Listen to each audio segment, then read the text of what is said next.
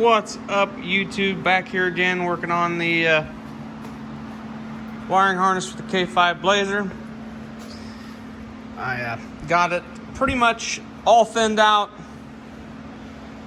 Still got to extend the power wires. A lot of the yellows and green wires run over here to the parked safety switch. I'm pretty sure I could have deleted a lot of them wires, but I didn't. Probably should have, but I didn't. It's fine, they'll be all right. I'll just either I'll extend them if they'll be any use to me, or I'll just leave them in the harness. But yeah, the rest of these are injectors, mass airflow sensor, O2s. Yeah, I think that's all the injectors. I got to finish up doing the injectors are plugged into this engine. This is the 6-liter out of my Escalade that's getting ready to go back in the Escalade. I'm just using it to mock up right now. I'm going to redo all this, of course. I'm going to end up, if I have enough room to the firewall, which I think I do, I'm going to use the stock fuel lines that run down the transmission tunnel. I don't know if I have enough room in the transmission tunnel. If that's not the case, I'll be all right with running the wiring like I am, because I'll still use these brackets. I'll just cut this off because there's a tab right here I'll clip into. Yep, runs around, hooks there. I'll be able to run the speed sensor to the back there to that speed sensor. I'll either get a connection that matches this connection, because this has the older plug, and I'll just adapt it to that. But yeah, I went ahead. This is my driver's side O2. That's stock length. I didn't extend it or anything. I think that should work. I think the collector will be right about here. So, hoping I'll have enough cord to be able to go to the O2 sensor, which of course the O2 sensor has some wire too. So, if I end up probably zip tying it and hooking it there. The other side, I'm going to have to shorten, I think, because it's not too terribly long, but it's pretty long. I got the map sensor, cam sensor, this ground, of course, the block ground here. It goes like that. There's a block ground here.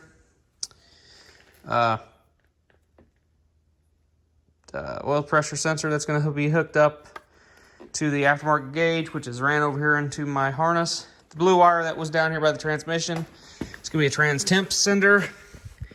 I'm thinking I'm just going to go and use this test port for my temp sensor. Right there, be plenty good. Of course, I went ahead and test taped the piece going down and around. I'm hoping I should have enough wire for everything. I fixed my crank sensor connection. It's hooked back there. Got the starter exciter wire hooked in there. Got the crank sensor, and then for right now I just have the little oil indicator plugged in. I'll end up cutting that end off and putting the proper end on for the oil temp gauge. Got all my throttle body stuff. Of course, this is for your alternator. Yeah, pretty much everything I believe is a couple of this stuff just needs kind of poked back down and prodded. I'll have to do this side. This is the mass airflow. I'll probably end up having to shorten it, but I'm going to bring it up with all the injector wires and dump out the mass airflow sensor right where the EGR was. This has got to be pulled out of this. It's right here. I just haven't got time to clean that up and do that yet. I will here, probably not tonight. I'm probably going to shove this to the bench, leave it as one assembly for right now, so I can do it tomorrow, and I'll probably disassemble, pull the transmission back off the block, pull my harness off, of course, pull my transmission off the block, cover that back up. I'll probably cover it up for tonight anyways. And yeah, then that'll go back underneath the table there. and everything. So yeah, that's pretty much everything I think I need to do for the wiring on the getting everything routed where I want it to be routed. Obviously this will be routed a little different. I'll have to be 100% certain where I'm going to put the PCM in the truck. I do really want it to set like this because I'm going to paint this and I want you to be able to see that. So I'm hoping I can make something work that way. The shop is a disaster right now. Not just because of my shenanigans, but we're building this bad boy. Yeah, I got the big bumpers, cool roof on it, got a killer rear bumper, gonna get a flip windshield, all that garbage, bunch of lights and everything. So getting to do my wiring fun on it too. I didn't have a relay plug, so I taped it up just so it looks a little better. But yeah, now that works. So doing a winch, I got to get the correct fair lead, because the one they sent me with the winch is too short, or not long enough between bolts. It's the smaller, like ATV style fair lead. So anyways, this is what I'm doing. This is where I'm at. Obviously I'll be getting rid of the this line if I do end up keeping this and using these fuel lines. I just thought this would be a lot easier and keeps a lot of the plumbing simpler, and keep it away from most of the exhaust. Like probably the return, which is this one, I will probably cut it and put a tube fitting here, and then the feeds, this one, I'll either bend it back a little bit. They're just enough to be able to put tube connectors on them so I can go to 6 AN fittings, and then they'll run back to the tank. Of course, the fuel system on the 85K5 comes up the driver, or not driver, comes up the passenger side, so that's kind of handy. But yeah, I don't know, I might take these and bend them this way. I need to get me a tube bender. I might be able to bend the tube this way, and then I can run over and then come off of that factory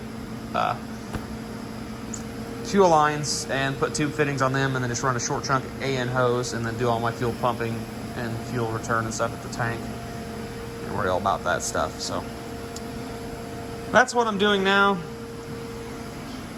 Transmission's not real pretty. It'll need